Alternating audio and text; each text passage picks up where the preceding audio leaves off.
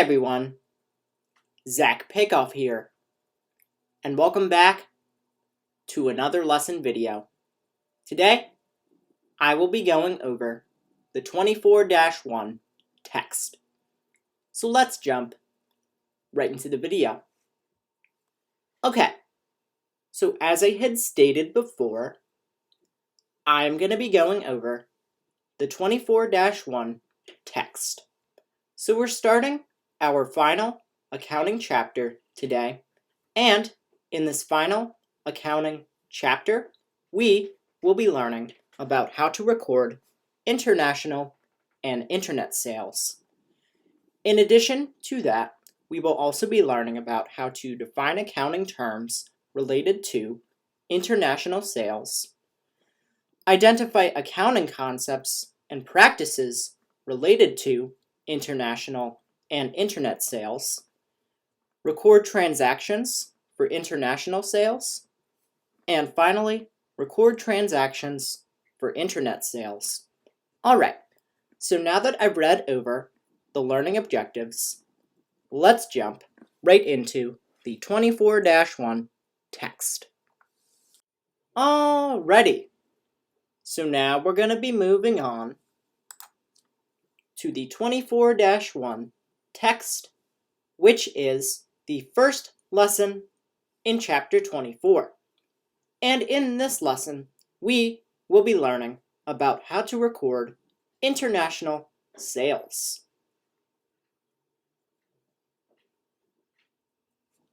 Okay, so there are a bunch of key terms that I'd like to go over before we start the accounting part of this lesson. So exports are goods or services shipped out of a seller's home country to a foreign country. Imports are goods or services bought from a foreign country and brought into a buyer's home country. A contract of sale is a document that details all the terms agreed to by a seller and a buyer for a sales transaction.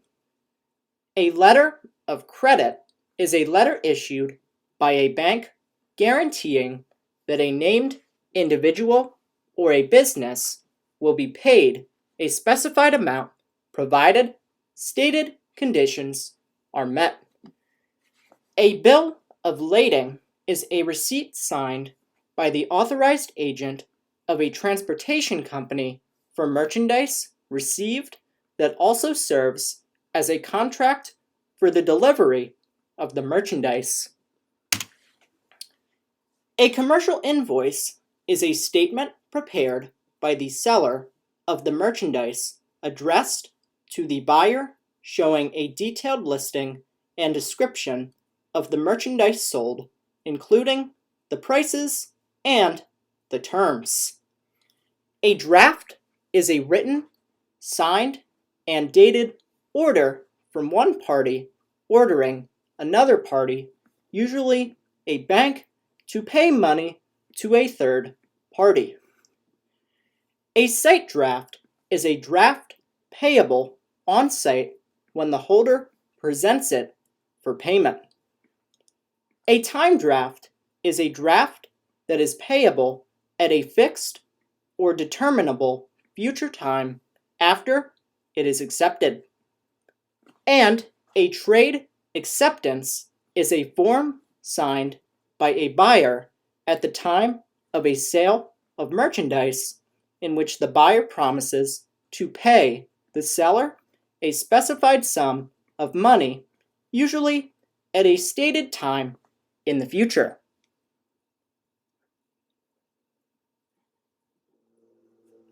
Alright, next we're going to be talking about journalizing an international sale. So this first transaction reads, on April 1st, recorded an international cash sale, $5,000, memorandum number 45. Okay, so when we record an entry for an international sale, there are multiple steps that we have to follow in order to complete this process. First, we write the date, which is April 1st, in the date column.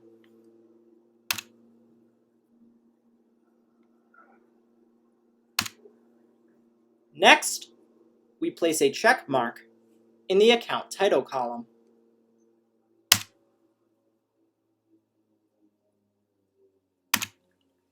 After that, we write the source document number, which is M45, in the document number column.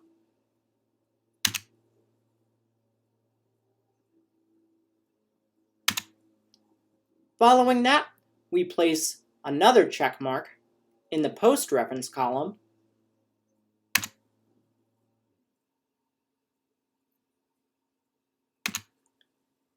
Then we record the sale amount, which is $5,000, in the sales credit column.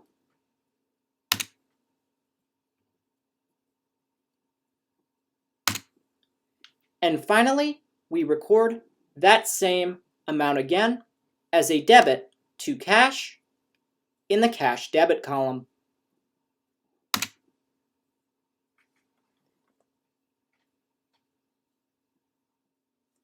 Okay, next we're going to be talking about journalizing a time draft.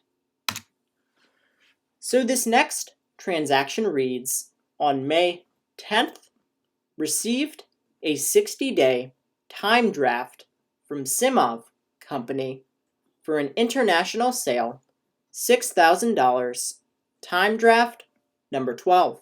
All right. So when we journalize a time draft, there are multiple steps that we have to follow in order to complete this process. First, we write the date, which is May 10th, in the date column.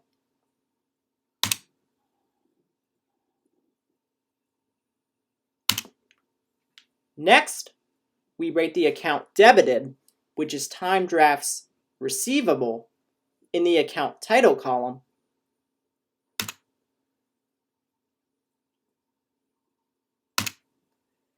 After that, we write the time draft number, which is TD12, in the document number column.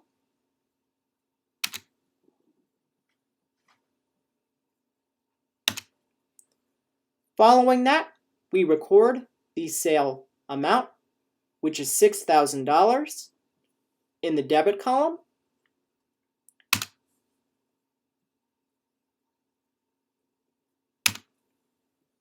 Then we write the account credited, which is sales, in the account title column.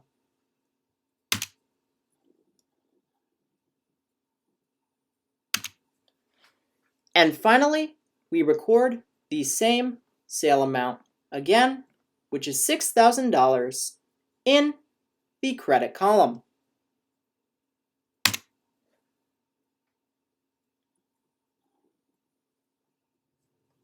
All right, so the last thing that we're going to be talking about in this lesson is journalizing cash received from a time draft.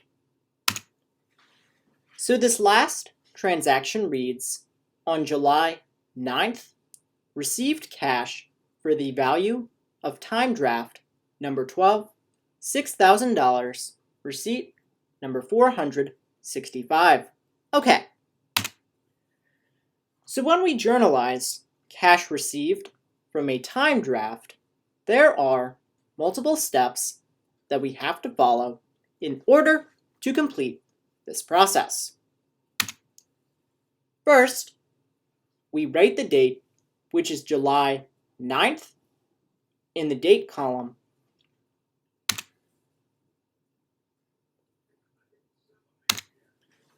Next, we write the account title, which is time drafts receivable, in the account title column.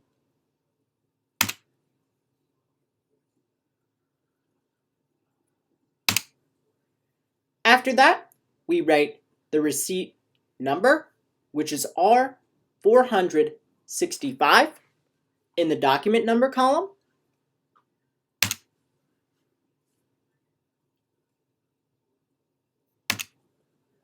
Following that, we record the amount received, which is $6,000, in the general credit column.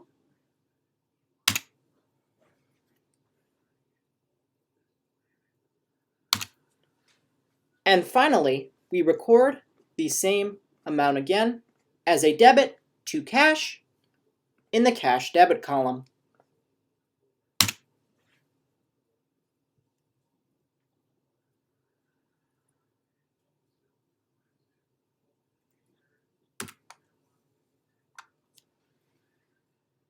Alright, so that is the end of the 24-1 text. In the next video, I will be going over the 24-1 work together. Okay, thank you.